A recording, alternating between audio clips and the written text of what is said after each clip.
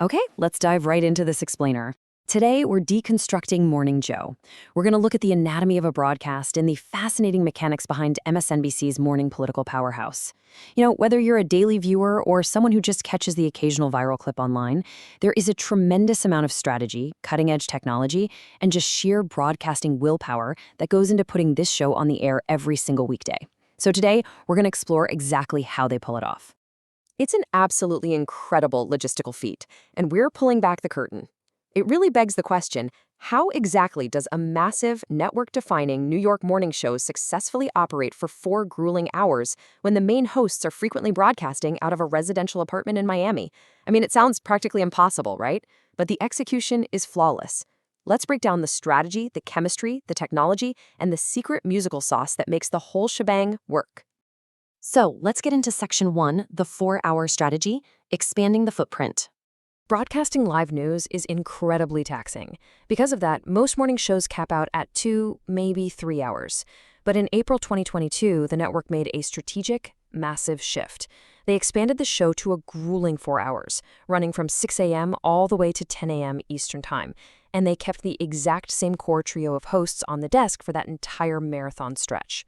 So why take on all that extra exhaustion? Well, the math makes a lot of sense when you think about it.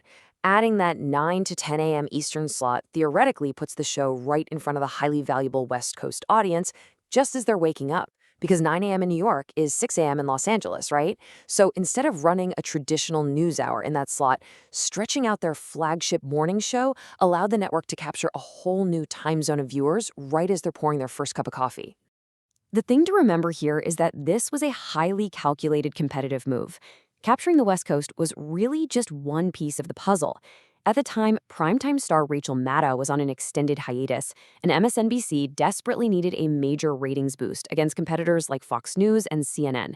And former executives have actually noted that if you watch this morning block, you are statistically way more likely to just leave your TV on MSNBC all day long.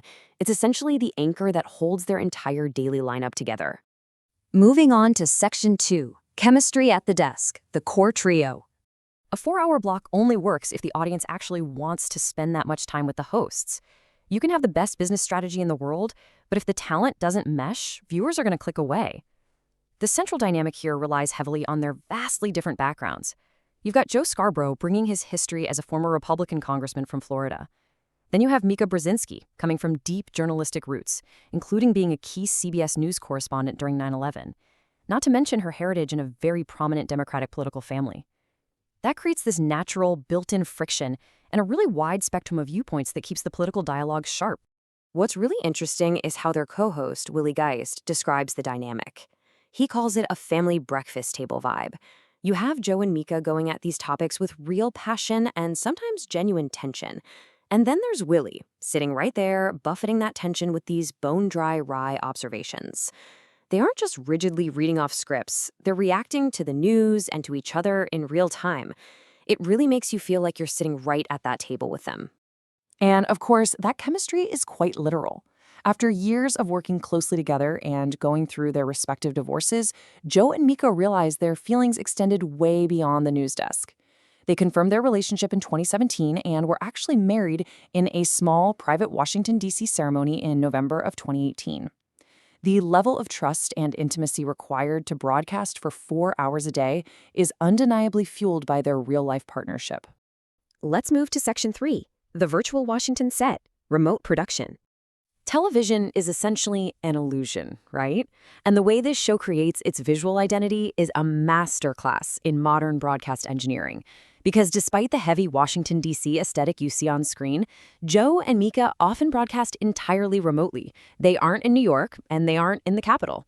Wildly enough, they are actually originating the broadcast from an upgraded studio built directly inside their apartment in Miami, Florida. The technology making this possible is just wild.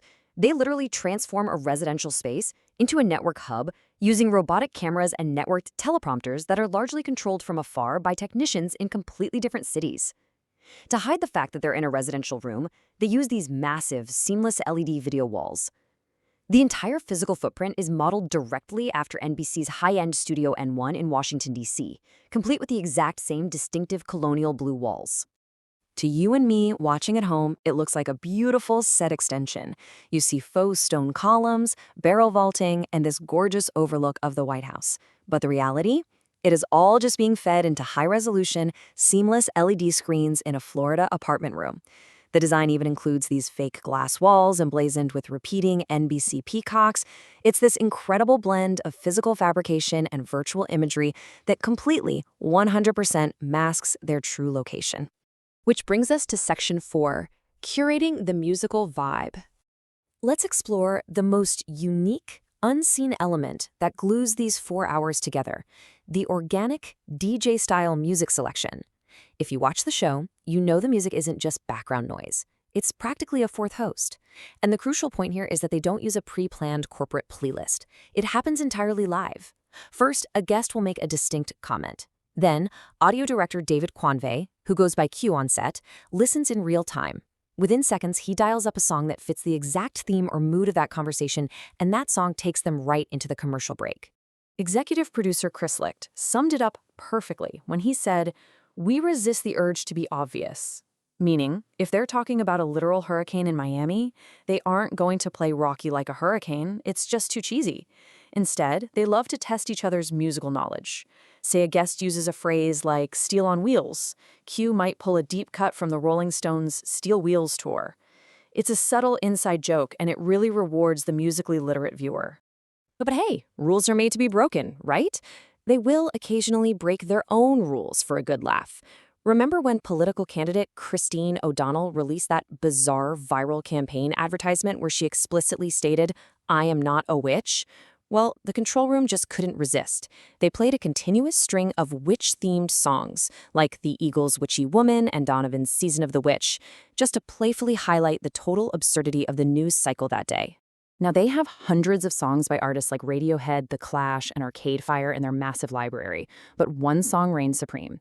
They have played Steely Dan's Reeling in the Years over 300 times since the show launched in 2007. The producers have actually had to consciously try to play it less just to give other tracks a chance to breathe. Beyond just being catchy, this organic music curation has incredible functional utility. When that music starts, it acts as a live 30-second warning, telling the hosts to wrap up their thoughts, kind of like the orchestra playing off winners at the Oscars. It fosters on-set collaboration because anyone can shout out a song idea. But most importantly, it acts as a palate cleanser. You can have a super heavy, contentious political debate, but dropping a great rock song instantly lightens the mood and puts the audience in a good headspace before the commercials hit. So as we wrap up our look at how this 4-hour, remote-produced, musically driven political machine operates, it leaves us with one really fascinating question to take away. As broadcast tech makes remote production entirely seamless, will the vibe and chemistry of a show become vastly more important than its physical location? If you can build a virtual Washington, D.C. in a Florida apartment and hold an audience's attention for 4 straight hours through sheer personality and a great soundtrack, the future of live broadcasting is truly borderless. Thanks for joining me on this explainer. I really hope this changes the way you watch morning television.